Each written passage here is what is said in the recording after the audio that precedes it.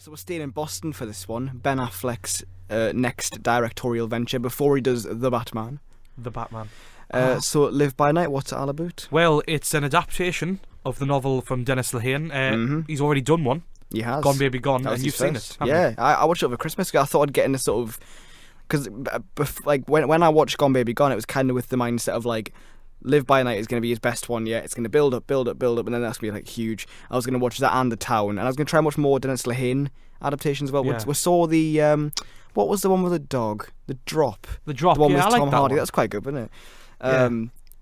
But the reviews kind of came out over Christmas, and they were a bit sniffy. Yeah. Yeah. So my expectations from the trailer with that fantastic song kind of got dampened a bit, which was a bit upsetting. But yeah. Yeah, so if you don't know what the story is from the novel, Ben Affleck plays the son of a prominent police chief, played by Gleeson. He's come back from the war and he's really disillusioned with authority and everything about the world, and he takes on a life of crime. When he robs an Irish mob boss who's running some of the prohibition in Boston, he ends up being involved with the mafia and all sort of other nasty and various underworld types, and ended up going up and up in the chain and moving on to Tampa, where he ends up running part of the Italian mob's business, and that sort of leads him into a big world of life and crime, which is even bigger than his sort of petty crimes from the start. So not what you want. It's a spiral, upwards or downwards. Yes. But you never know. But I think it's a very pretty movie. It is. I think that's what I have to get out of the way first. It's a really nice to look at film, because as it goes from Boston, which is... And I love the aesthetic of the Prohibition era. You know, that sort of like 20s vibe, like all that about the culture and the music and everything that's going on there. I really like that as a setting. And then it moves to Tampa later on when he gets put in charge of the part of the Italian mob boss, because the Irish gangster sort of... When the Irish gangster beats him up and takes away the love of his life, who actually double-crossed him. So in revenge, he goes to work in Tampa, Florida for the Italian mafia, and ends up getting embroiled in that generation stuff. But I think it is a very, very pretty movie. I love the aesthetics of it. I love the way it's shot. I think he has got a good eye for action and visuals, Ben Affleck. I think one of the opening scenes with the car chase in Boston is really well done. It's sort of Bourne style. I love that, but that real intensity to it. Early day Bourne, early day not Bourne. Jason Bourne. We all know about your Jason Bourne style. Your thoughts on that? But yeah, I think it's just for me the biggest problem with this film was the fact that it just felt so overstuffed.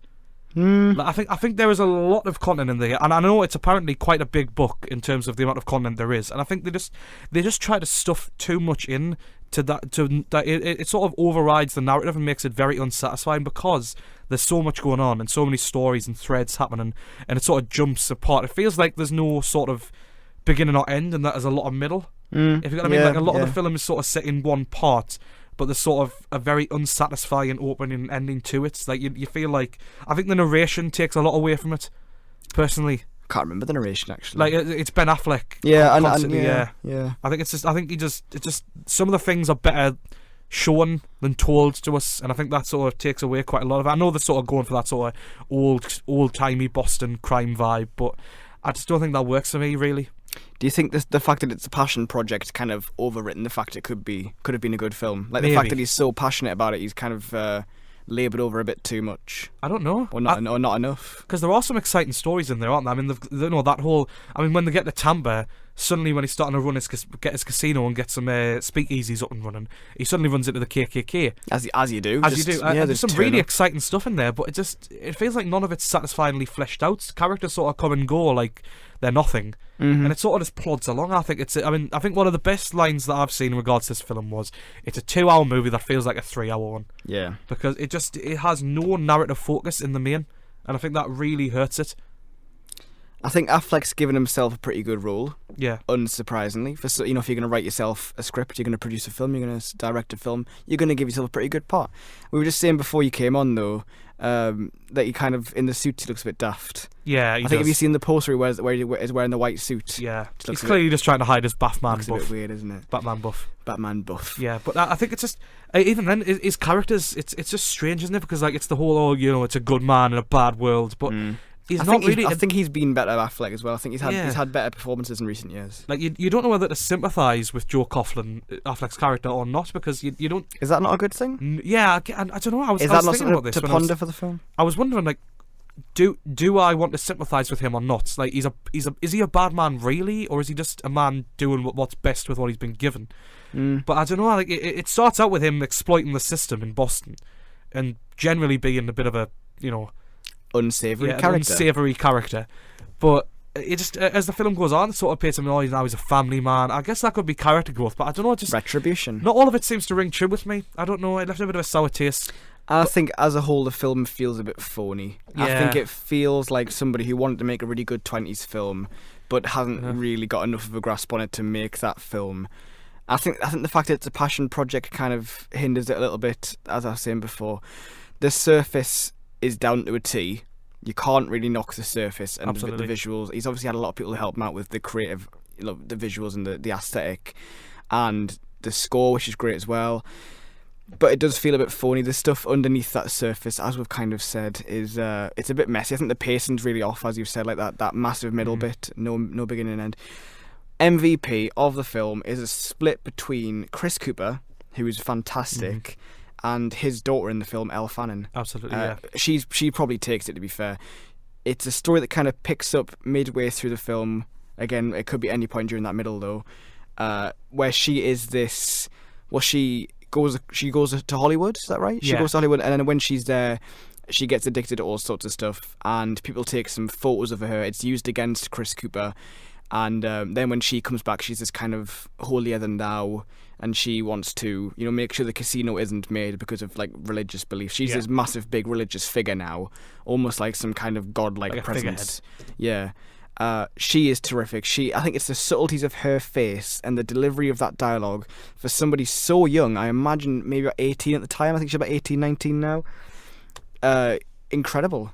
Absolutely incredible. I think the film is worth it enough just for her tiny little bit. I loved Sienna Miller as Emma Gould as well. The original love of Ben Affleck's character's life. I think that's go where we want to go. I think that's when I liked the film the most, to be honest. Yeah, when he was sort of like still in that sort of prohibition, like down and dirty and dark, sort of gritty underworld in Boston. I think that's when I liked it most. And I don't know. I feel like it was just a bit too unfocused, and I think that Affleck's character was an interesting one, and I liked the way he played it. But I think story was too muddled. Definitely MVP, like you say, Elle Fanning.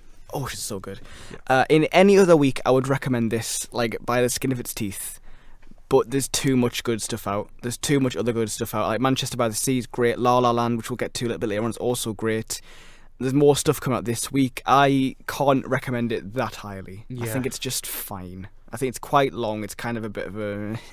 I think it's a film you wouldn't turn off, but it's not one that you would choose to watch. Nah. It's a Netflix thing. Yeah, it's a decent Netflix. It's not bad, but it's just...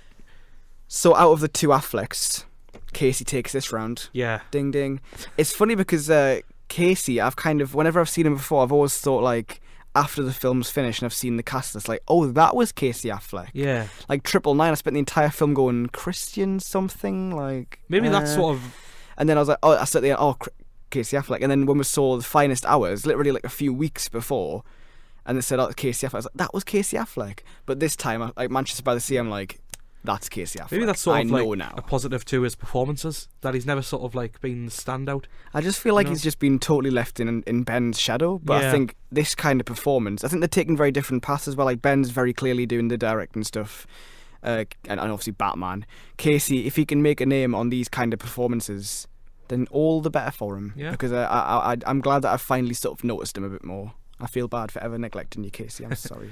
He directed that Joaquin Phoenix film, though, didn't he? I'm Still Here. I'm Still Here. Yeah, he directed that. I didn't know that. Mm-hmm. I haven't seen that yet. I own it. I want to see it. Yeah, I'm curious to see it just for Joaquin Phoenix's little rap bit, which I have seen on YouTube. Yeah. Very funny. Anyway, that's Live by Night. It's in cinemas now. Recommend? Nah, I can't. With what's out now, I can't honestly say to you.